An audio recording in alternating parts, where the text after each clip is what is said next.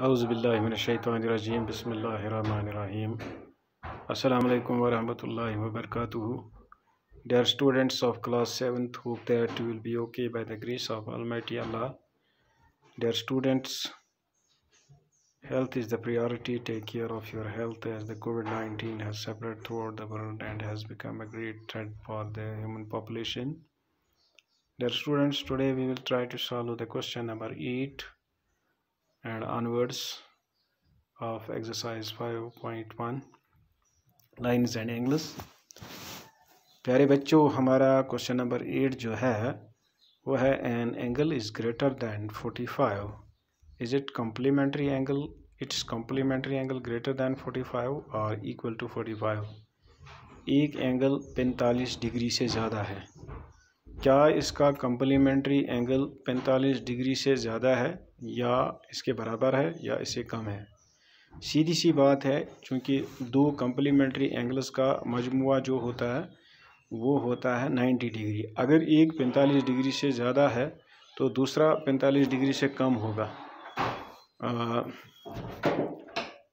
तो अब मैं आपको बताऊंगा कि कैसे है। तो ये देखिए, आप यहाँ पे हम देखेंगे, अगर लेट द कम्प्लीमेंट्री एंगल, इधर देखते हैं हम, let the complementary angle be x and y. Complementary angles को हमने एक्स और वाई रखा है। यहाँ पे एक एंगल को एक्स, दूसरे एंगल को वाई रखा है। It means x plus y is equal to 90।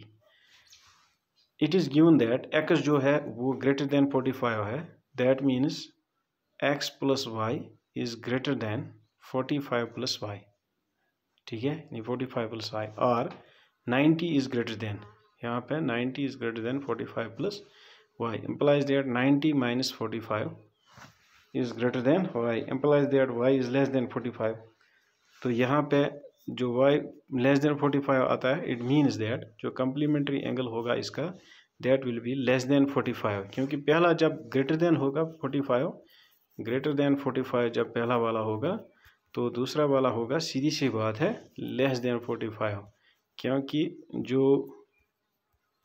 जो कम्प्लीमेंट्री एंगल्स होते हैं उनका सम होता है 90 डिग्री। अगर एक 45 डिग्री से ज़्यादा है, मसलन एक 50 डिग्री है, दूसरा 40 होगा, that will be, for example अगर एक 50 डिग्री का होगा तो दूसरा, यानी इट इज़ ग्रेटर देन 45, तो दूसरा 40 डिग्री का होगा, क्योंकि इन दोनों का मजमुआ जो है 90 डिग्री है।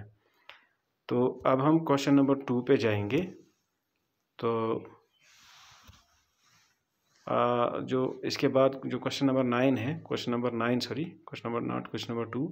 तो क्वेश्चन नंबर 9 जो है आपके पास मेरे बच्चों, अभी आप देखिए शिकल को, यहाँ पे ये हमें क्या कहता है। सबसे पहला क्वेश्चन जो है, जो ये हमें कहता है, वो कहता है कि is angle 1 adjacent to angle 2। क्या एंगल 1 और एंगल 2 एडजेसेंट हैं? Yes, angle 1 is adjacent to angle 2 because angle 1 और एंगल 2 का एक कॉमन आर्म है। ये देखिए, ये वाला जो है एंगल 1 एंड दिस एंगल 2, क्या ये दो एडजेसेंट हैं? Yes, they are adjacent. तो पहले वाले को यस आएगा, इसमें यस आएगा, क्योंकि जो एंगल 1 और एंगल 2 हैं इनका एक कॉमन आर्म है, ओ सी जो है ये इनका कॉमन आर्म है, इसलिए ये एडजेसेंट है। दूसरा है, is angle A O C adjacent to angle A O E. अब देखिए, ए ओ सी और ए ओ ई, ए ओ सी, ए ओ ई, इनका भी एक कॉमन आर्म है। तो क्योंकि ए ओ सी, ए ओ इसमें भी आता है और ए ओ ई एक कॉमन आर्म, दोनों में एक कॉमन आर्म है, तो ये भी एडजेसेंट है, इसमें भी यस आएगा। तो तीसरा है, do C O E and E O D form a linear pair. ये देखिए तीसरे वाले में, तीसरा है to C O E, C O ई कौन सा एंगल है? ये वाला। और दूसरा है ई O D, E O D, ये लीनियर पेयर बनाते हैं? नो, ये लीनियर पेयर नहीं बनाते हैं, क्योंकि ये दोनों एंगल क्या है? सी ओ ई ये वाला एंगल है, और दूसरा क्या है? ई O D, E O D, सी ओ ई और E O D, yes, they form a linear pair. इसको भी यस है, they form a linear pair, yes, in this way C O E and E O D, E O D ये form linear pair करते हैं। उसके बाद है और B O D and D O E supplementary. B O D BOD और दूसरा क्या है BOD और दूसरा है DOA। क्या ये सप्लीमेंट्री हैं? Yes, they are supplementary. ये सप्लीमेंट्री हैं क्योंकि अगर हम लिखेंगे BOD ये वाला एंगल है और DOA ये वाला एंगल है, तो ये इन दो का मजमुआ, चूँकि ये स्ट्रेट लाइन पर आते हैं, ये 180 डिग्री आता है। उसके बाद is angle 1 vertically opposite to angle 4। क्या एंगल 1 वर्टिकली अपोजिट एंगल 4 है? इसको भी यस है। What is the vertically opposite angle of angle 5? Angle 5 का वर्टिकली अपोजिट एंगल कौन सा है? एंगल 5 का वर्टिकली अपोजिट एंगल 2 एंड 3, इन दोनों को मिला के एंगल 2 एंड 3, तो हम COB लिख सकते हैं। एंगल COB जो है इसका वर्टिकली अपोजिट एंगल है। अब मैं आपको अच्छी तरह से बताऊंगा कि कैसे है। ये देखिए,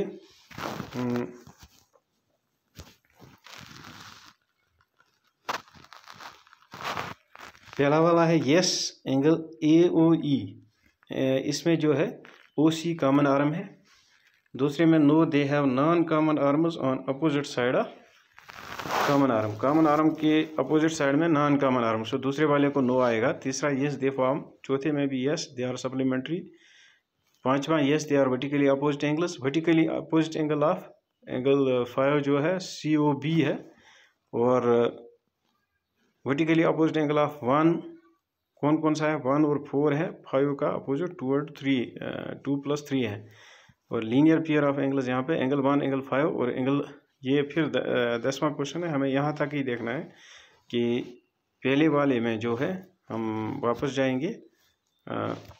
ये देखिए आप, is angle 1 adjacent to angle 2? Yes. दूसरा is angle AOC adjacent to AOE।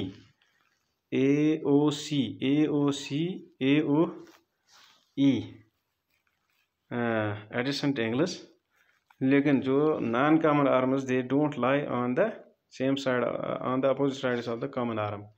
ये मसला है, इसलिए इसमें नो आएगा। दूसरे वाले में नो आएगा, पहले वाले में यस आएगा। तीसरे वाले में is do COE and EOD form a linear pair? Yes, ये बनाते हैं लीनियर पेयर। BOD और DOA सप्लीमेंट्री हैं? यस, ये भी हैं। और angle 1 vertically opposite to angle 4 है? यस, ये भी है, बिल्कुल है। What is the vertically opposite angle of is 1 vertically this? What is the vertically opposite angle of angle 5? Angle 5 का वर्टिकली अपोजिट एंगल क्या है? एंगल 2 + एंगल 3, ये दोनों है वर्टिकली अपोजिट एंगल इसका 5 का, यानी 5 ये है और ये इसका वर्टिकली अपोजिट एंगल है।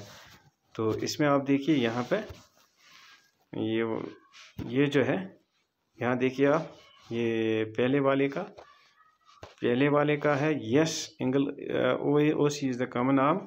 दूसरे में no they have non common arms on the opposite side of common arm, और नॉन कॉमन आर्म्स हैं। तीसरा है yes this is linear pair. चौथा है यस सप्लीमेंट्री हैं वो। पांचवा है वर्टिकली अपोजिट एंगल्स हैं। छठा है वर्टिकली अपोजिट ऑफ एंगल 5 जो है एंगल COB है। तो अब हम क्वेश्चन नंबर 10 पे जाएंगे। जो क्वेश्चन नंबर 10 है तो उसको देखते हैं। क्वेश्चन नंबर 10 क्या कहता है? Indicate which pair of angles are.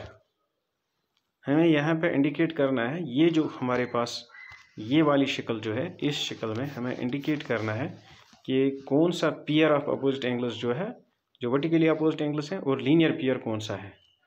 Vertically opposite angles एक तो है 1 और 4। अगर हम करेंगे वर्टिकली अपोजिट एंगल्स, इसमें एंगल 1 एंड एंगल 4 ये एक पेयर है, और दूसरा पेयर है एंगल 5 एंड एंगल 2 + एंगल 3, ये दूसरा है। अब लीनियर पेयर इसमें है एंगल 1 और एंगल 2 + एंगल 3, ये लीनियर पेयर है, और एंगल 5 + एंगल 4 ये लीनियर पेयर है। यानी लीनियर पेयर में ये 2 हैं और ये 3 हैं, यानी इन 2 को ऐड करके ये एंगल 1 + एंगल 2 और फिर एंड एंगल 3। तो वर्टिकली अपोजिट ये और इन दो को आपस में ऐड करके इन दो को मिला के लिखना है। तो ये वर्टिकली अपोजिट एंगल्स हैं और ये वाले जो हैं एंगल 5 एंड एंगल 4 और एंगल 1+2 एंड एंगल 3 ये हैं लीनियर पेयर ऑफ एंगल्स। अभी मैं आपको दिखाता हूँ।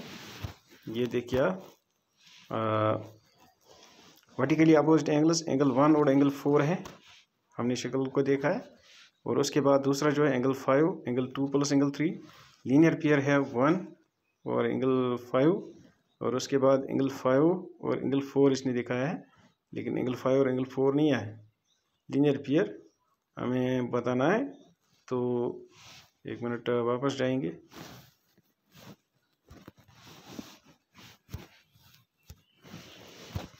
यह देखिए आप लीनियर पेयर एंगल 5 और एंगल 4 भी इसने बताया लीनियर पेयर, और एंगल 1 और एंगल 5 भी लीनियर पेयर है। ये भी लीनियर पेयर है, हाँ बिल्कुल लीनियर पेयर्स ये भी हैं, ये भी है और ये भी है। और यहाँ से अगर जाएंगे ये भी है। एंगल 1 और एंगल 2+3 भी है, एंगल 4 और एंगल 2+3 भी है। तो ये सारे इसमें 4 आएंगे। अब आपको बताना है कौन कौन सा है। एंगल 1 और एंगल 5 भी है एंड एंगल 5, इसी तरह एंगल 5 और एंगल 4 भी है एंड एंगल 4 और भी है। तो हम और भी लिख सकते हैं। सो डियर स्टूडेंट्स, आपने देखा, मैं इसको वापस करता हूँ। यहाँ पे एंगल 1 एंगल 5 ये लीनियर पेयर है। तो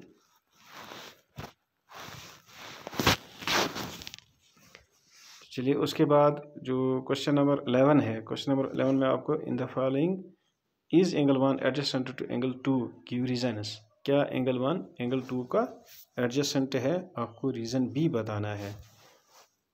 एंगल 1 एंगल 2 एडजेसेंट नहीं है क्योंकि their vertex is not common, उनका वर्टेक्स जो है वो कॉमन नहीं है। Angle 1 is not adjacent to angle 2 because there vertex is not common, इनका वर्टेक्स जो है वो कॉमन नहीं है। तो वापस जाते हैं हम यहाँ पे। ये देखिए, क्या एंगल 1 और एंगल 2 एडजेसेंट हैं? नो। क्यों नहीं एडजेसेंट हैं? इसको नो लिखना है। इधर 3 डॉट डालेंगे, it means because there vertex is not common, vertex is not common. So आज हमने प्यारे बच्चों क्वेश्चन नंबर आज हमने क्वेश्चन नंबर 8, 9, 10 और 11 किया। तो उम्मीद है कि आप ये वीडियो देखेंगे और इसको समझने की कोशिश करेंगे। अगर आपको कोई प्रॉब्लम होगी इन क्वेश्चंस को समझने में तो आप मुझे कॉल कीजिएगा। इंशाल्लाह मैं आपके डाउट्स को दूर करूँगा। I will be available to clear your doubts every time. Thanks. Stay home, stay safe and stay blessed.